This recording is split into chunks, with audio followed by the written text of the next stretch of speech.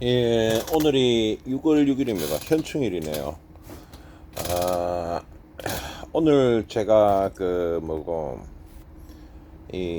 드릴 말씀은 조금 천천히 하겠습니다. 그리고 계속 고민하고 있는 지점들이기 때문에 말이 조금 조리가 없을 수 있어요. 길고 그걸 가만히 놓고 시간 없는 사람은 안 듣지 마십시오. 제가 지금 고민을 하는 것 중에 오늘 두 가지 이야기를 하려고 하는데, 지금 금리에 대해서 계속 고민하고 있어요. 금리 인상의 후기는 언제까? 이 금리 문제에 대해서 계속 고민을 하고 있다. 파월과 금리에 대해서 고민을 하는데,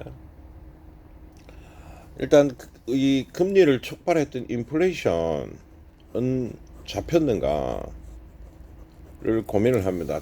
모든 것은 단순하게 고민을 해야죠. 인플레이션은 지금 어느 정도 제어는 되고 있는데, 그러니까 통제가 좀 되고는 있는데, 잡혔다, 완전히 정복됐다라고 말하기는 지금 곤란한 상황들이다, 이래 보입니다. 미국의 그런 물가가 계속 잘 안 잡히고 있어요. 그다음에 유럽에서도 물가들이 잘 안 잡히고 있어요. 우리나라도 뭐 어느 호텔에서 뭐 빙설이 10만 원 한대. 저는 돈이 억수로 많아도 그런 짓은 뭐 하지 싶은데, 하여튼 10만 원 한대요. 그러니까 얼음을 10만 원에 판다 이거라. 어쨌든 간에 금리는 지금 잡혔는 거는 아니라고 봅니다. 그래서 지금 벌써 추가 금리 인상을 제가 올해 1, 2월에 어떤 구독자분이 이제 금리 인상은 마지막이야 라는 이야기를 2월 달인가 언제 했는데, 지금 6월이죠. 그 당시에 제가 뭐라고 말씀을 드렸냐면은, 금리 인상을 지금 멈춘다면 파월은 머리가 되게 나쁘다, IQ 떨어진다, 그런 동영상이 있습니다. 이제 파월이 금리 인상을 멈추고 안 멈추고는 이미 지선을 떠나붙죠. 뭐로 인하여 인플레이션 수치가 제어되어야, 이게 뭐 저들은 2%라 하는데 제가 봐서는 3에서 4% 정도의 3% 중반이라고 봐요. 3% 중초가 아닌가.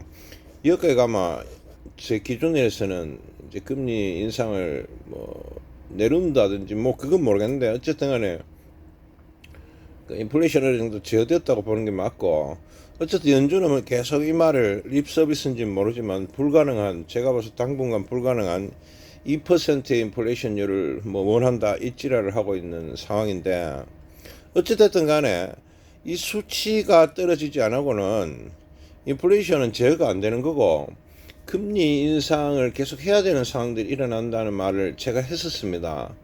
근데 현재 지점에서 인플레이션이 떨어졌느냐를 보면 그렇지 않다고 보이고, 그 문제는 뭐가면 제어 통제되는 게 자꾸 벗어나려고 하는 게라, 지금 인플레이션은 조금 제어되는 형태를 보이고는 있는데, 지난번에 말씀드렸던 공급망의 문제들과 그 공급망을 하나도 복원 안 하잖아요. 중국 내 싸워제끼잖아요, 그죠? 그래서 공급망 싸게 어떤 물건을 수입하는 것들이 지금 잘 안 되고 있는 상황이거든. 그래 중국 공장들은 지금 폐업도 하고, 어찌됐든 간에 지금 인플레이션은 제어가 많이 되고 있지는 않은 그런 상황이라고 보면 돼. 그래서 드디어 IMF 총재가 어젠가 아래 뭐라 해놓고 하면은, 이 인플레이션 지금 제어가 잘 안 된다, 추가 금리 인상이 필요할 수도 있다라는 이야기를 했단 말이지. 했다고 이분이.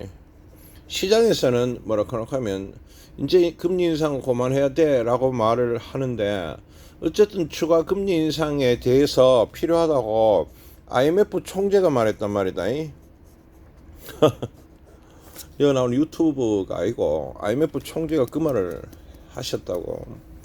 그러면 지금 상황에서 우리는 금리 인상이 된다 안 된다가 아니고, 특히 안 된다 이런 식으로 결론을 내는 거는 좀 곤란하고, 금리 인상 계속 유동적일 수 있다 하는 거와, 그 다음에 금리 인상을 만약에 한 번 더 하면 어떤 상황이라고 하면 제 생각에는 그런 식으로 진행이 되면 경기 위축이 오리라고 봅니다. 오겠지 뭐. 금리를 그만 올릴 뿐만 망하는 데가 많이 안 생기겠나 이런 생각들을 지금 하고 있고, 그래서 이 지점 한 개 하고 그 또 한 개 문제가 있는 것 같아요. 지금 우리나라 또 한 개 문제가 부동산 문제인데, 제가 그 부동산에 대해서 지금 고민이 굉장히 많은 상황인데, 그 과연 그런 회복들, 그러니까 이제 어떤 금리를 인하를 시키면서 오는 부동산의 회복들이 가능하다는 어떤 기대를 해야 그 부동산은 올라갈 수 있거든요.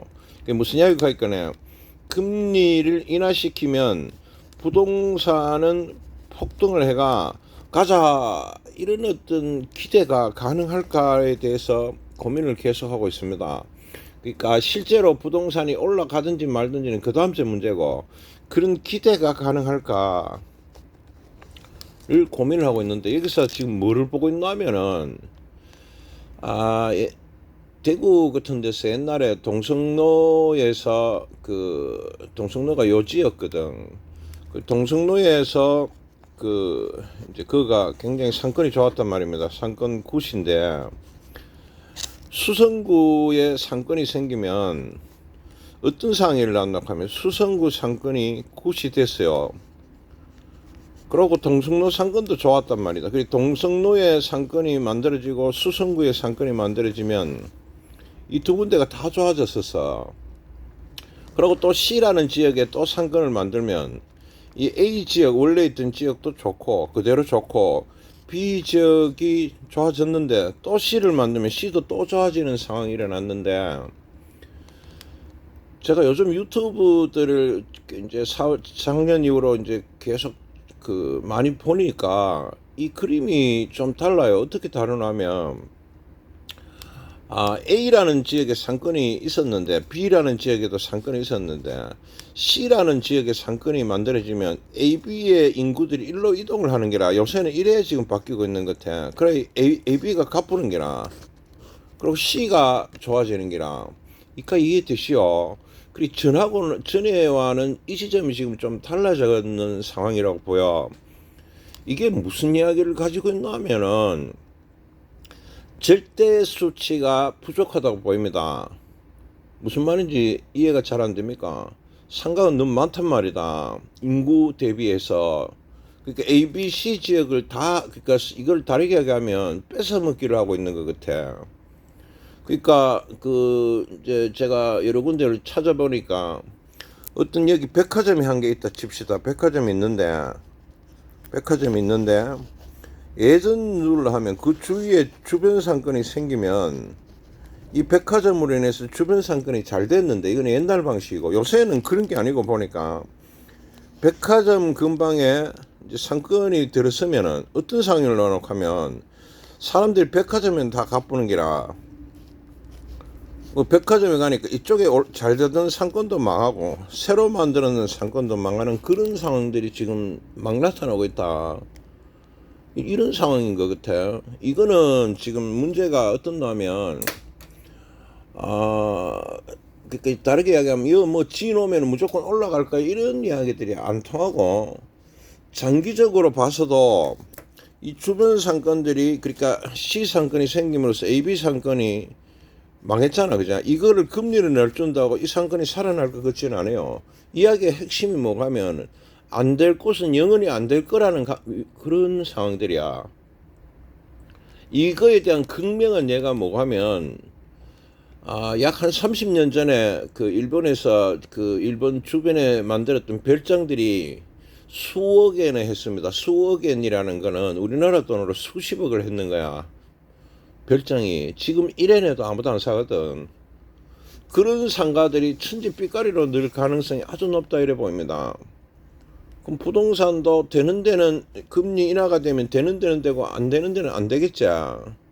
그럼 어디 대놓고 하면 그죠. 안 되는 데에 투자를 했는 돈들이 너무 많은 것 같아. 그러니까 돈이 다 묶여 있다 이 말입니다. 제가 그 이 묶여 있는 분들이 앞으로 어떤 행위를 할까가 지금 굉장히 궁금한데, 요에 대한 힌트를 얼마 전에 제가 이제 저는 힌트를 뭐 복잡한 데서 안 했거든. 부동산 업자 몇 분하고 우연하게 이제 대화할 기회가 있어서 대화를 해보니까, 원래 부동산 업자 하시는 분들은 전문가들이기 때문에 좋은 거는 지가 다 사놓죠. 그러니까 이 부동산 업자들이 노른자 땅을 굉장히 많이 나름 뭐 땅이든 상가든 간에 투자를 많이 하시는 분들이 있더라고. 그러고 문제가 일어나붙는 게 아니라 왜 일어나붙나? 아무도 안 사건데. 그러고 벌었는 돈을, 그동안 벌었는 부동산에서 벌었는 돈을 다 부동산을 사가 있더라고. 부동산 걸베이가 돼가 계시더라고. 돈 없는 거지. 근데 이제 내보고 부동산을 사래요. 그래서 저는 죄송한데 안 삽니다. 이런 말씀은 드렸는데, 그 부동산 걸베이들이, 걸베이라는 표현이 뭐냐면 이분이 지금 세를 내줘야 되고, 또 이걸 뭘 한 개를 팔아갖고 이 자금을 돌려야 되는데 팔아봐야 남는 것도 없고, 이 말 이해되십니까? 이런 상황에 돌입했는 사람이 많아. 그리고 전국적으로 부동산 걸베이들이 많은데, 이 걸베이들이 이제 그게 될 건가? 돈이 부족하신 분들이 두 가지 시나리오 중에 한 개가 나올 것 같아. 아까 그 부동산 하는 분은 계속 버틴다가 되겠지.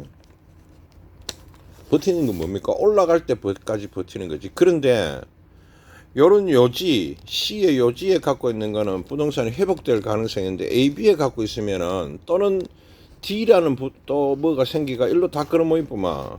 이 ABC에 갖고 있는 부동산은 버티갖고 되는 게 아닌 지점이 하나 있어. 그러면 2번 어디 되겠습니까? 부도나겠지. 그런데 이게 전국적인 현상인 것 같아, 지금 보니까.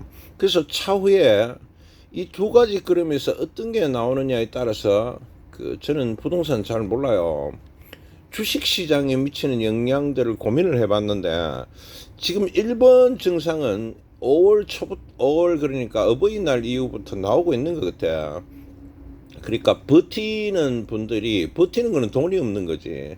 그나마 경기의 소비 위축들이 굉장히 많이 생기리라고 보는데, 지금 5월 달부터 어제까지 그 현상은 제가 뭘 보는 데이터들이 있는데, 그 버티는 그림들이 지금 나와 있어. 그 주식에서도 그 강력한 공략들이 안 들어오고 있고, 그래서 일부 이 버티는 분들이 현금 부족으로 인하여 그 주식에 조금 부정적인 영향을 미치고 있다고 저는 그래 보고 있거든. 그 돈이 없단 말이다. 돈이 없이 주식을 못 사는 거지. 이거 아시겠어요? 그러고 만약에 그 버티던 분들, 아까 같이 그 옛날에 돈 많이 벌었는 부동산 업자들이 뭐 그런 분, 그 예를 드는 거라, 전부 그 돈으로 부동산 다 찔러가 부동산 걸베이 돼 있단 말이라, 그분들이 몇 분 그렇더라고. 그리고 이자를 내다가 기대를 못 하게 되면, 기대 앞으로 더 오를 것 같지도 않다는 그런 기대, 오를 것 같다는 기대가 없어져 보면 부도 내겠지. 이 부도가 나게 되면은 피해는 곳곳에서 나올 것 같거든. 이 규모가 커지면은 임팩이 하나 일어날 것 같아요. 이래 될지 안 될지 그건 모르겠지. 여기까지 알아들으시겠어요? 자, 그러면 다시 한번 총평을 안 해보면, 제가 그 5월 말에 뭐라 생각하면 2600원 뚫을 것 같은데, 2650은 야 이게 되겠나, 반신반의다, 공략할 거다, 이래 말을 했거든. 그래서 5월 말에 제가 했던 예측이, 그러니까 2600을 뚫었어. 지금 뚫었는데, 이와 같은 문제들이 없어야만이 이게 주식이 가자가 되는데, 지금 문제가 일어날 소지들이 있어. 일본에 대해서는 원래 금리 인상을 하고 나갔고 약 10개월에서 1년 6개월 뒤에 그 영향들이 오기 시작해. 그게 스케줄이거든, 예전부터의 스케줄이. 근데 작년 한 2월인가 3월부터 했으니까 지금이 그 기간에서 들어오는 거야. 그래서 3월 달에도 3월인가 4월에 실리콘밸리뱅크 은행의 문제들이, 그런 여파들이 지금 생기고 있는 거거든. 문제는 이미 일어나고 있어. 그런데 추가 금리 인상을 지금 해야 되는 지점이 일어날지도 모르는 그런 애매한 상황이야. 그래서 재밌는 이야기 하나 해주면 금리 인상은 안 일어나도 돼. 혹은 일어나도 되는데 그 분위기 자체로 주식시장은 영향을 받을 수 있어. 알아듣겠습니까? 아까 그치 부도가 나지도 않았는데 부도 날랑말랑 하는 그 자체로도 부동산에 영향을 미칠 수 있어. 아시겠어요? 자, 그래 각설을 한번 더 하면 지금은 금리 인상의 여파로서 그 효과들이 부정적 효과지, 기업이 망하든지 그런 문제가 일어날 수 있는 상황인데 추가 금리 인상이 지금 들고 나왔는 거라 이 문제가 지금 있다하는 거, 이 말이 나오는 자체만으로도 주식에는 안 좋은 영향을 미칠 수 있어. 추가 금리 인상을 하든지 말든지 간에. 두 번째는 뭐 하면 부동산에서 지금 버티는 분들이 너무 많다. 버틴다는 거는 돈 부족을 유발하거든. 버틸려고 하면 이자를 물어야 되는 거 아이가? 그러면은 유동성들이, 주식으로 들어올 유동성들이 과연 많아질까에 대해서 좀 의문스럽고, 그러면 밋밋한 장들이 더 지속될 수 있겠지. 뭐 올라간단 말이다. 그리고 두 번째 같은 경우는 부동산 걸베이들 분들께서 파산을 해보면, 파산하면 사회적 문제가 커지겠지. 기대가 없어지고 있는 지점이 있어. 그래서 이런 지점들을 지금 6월 달에 6, 7, 8에 잘 보셔야 될 것 같아. 특히 그 금리 인상은 모르겠는데 이 부동산 문제는 쉽게 끝이 날 부분은 아닌 것 같습니다. 왜 그럴까? 여담으로 한 말을 하면 농나 먹기 게임에 돌입했기 때문에 어디다가 지으면 대박, 지으면 대박, 지으면 대박 이래 돼야 되는데 어디다 지으면 여가 갚고 여는 개안하지, 여도 또 지으면 여는 갚고 여는 개안하지, 이런 형태들, 일본의 그러니까 나눠 먹기 형태들, 동경의 그런 별장이 1엔이 된단 말이다. 그러니까 원래 수십억 엔 했는데 이렇게 갚는 게나 그럼 A는 1엔 돼보는 게나 얘는 쓰레기가 돼보는 거지. 아주 골 때리는 상황들이 일어날 가능성들이 있고, 이거는 부동산 전반적으로 기대치를 낮추게 되는 현상이 생길 거야. 그렇게 되는 데면 된다 이 말이다. 그러다가 되는데도 갑자기 안 돼 볼 수도 있고, 이런 상황들이 금리 인하와는 관계없이 진행될 가능성도 있다. 자, 마지막 이야기. 6월 6일 날 저는 지금 그 6, 7, 8을 아니면 더 갈 수도 있어요. 특히 금리 인상에 대해서는 그 부분을 굉장히 고민을 하고 있고, 6, 7, 8에 부동산 이슈는 올해나 내년에 계속 이 문제들은 계속 가리라고 보고 있어. 이건 일종의 폭탄이지. 눈에 안 버티는 거는 뭐 지리한 폭탄이고, 부도 나면은 큰 폭탄이겠지. 많이 부도가 나면은 큰일 나겠지. 이런 문제들이 있기 때문에 조심스럽게 주식을 바라보시라. 특히 주식에서 개인들이 힘을 못 쓰면은 이유가 있는 거야. 그 이유들이 뭘까를 잘 좀 체크를 하시면서 바라보셨으면 좋겠다. 그래서 그런 뉘앙스들로서 2600이 가능은 하겠지만 지금 도표로 보면 2700까지 가야 돼. 제가 보는 기준의 도표로 보면은 테크니션적으로 보면 그런데 계속 눌러더라 이렇게 지금 그런 지점입니다. 그리고 6월 노시는 노는 날이라서 여러분들한테 참고가 되시라고 한번 이런 걸 한번 바라보시라고. 부동산을 저는 부동산은 잘 몰라요. 근데 문제가 많아져 있다는 거지. 나눠먹기 부동산. 전부 나눠먹기 부동산. 부동산 우리나라 장기 투자가 안 돼요. 1, 2년 안에 쇼부 봐야 되는 그런 것 같다. 이거는 지금 주식하고 비슷해. 그렇다. 야, 내 같으면 이런 부동산을 못 할 것 같은데 위험성이 너무 크가. 그렇게 보인다. 그래, 하여튼 참고합시다. 6월 6일 날 동영상이 좀 길어졌네요. 참고해서 끝.